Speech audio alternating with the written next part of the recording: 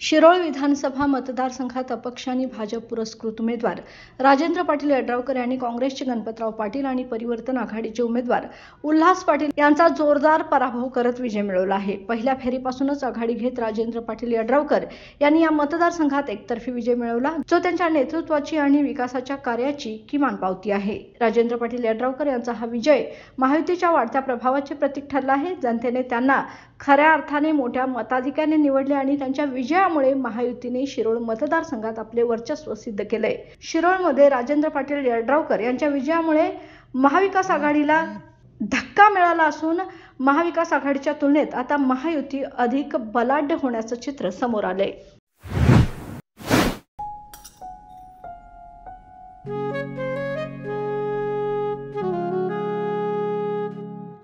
बाबा, आज येताना बासुंदी घेऊन या ना। अगं, कालच आपण आईचा वाढदिवस होता म्हणून आणली होती ना।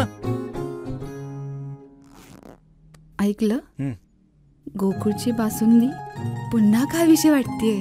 खरं सांगू, मलाही खावीशी वाटतेय। पुन्हा पुन्हा खावीशी वाटणारी गोकुळ बासुंदी।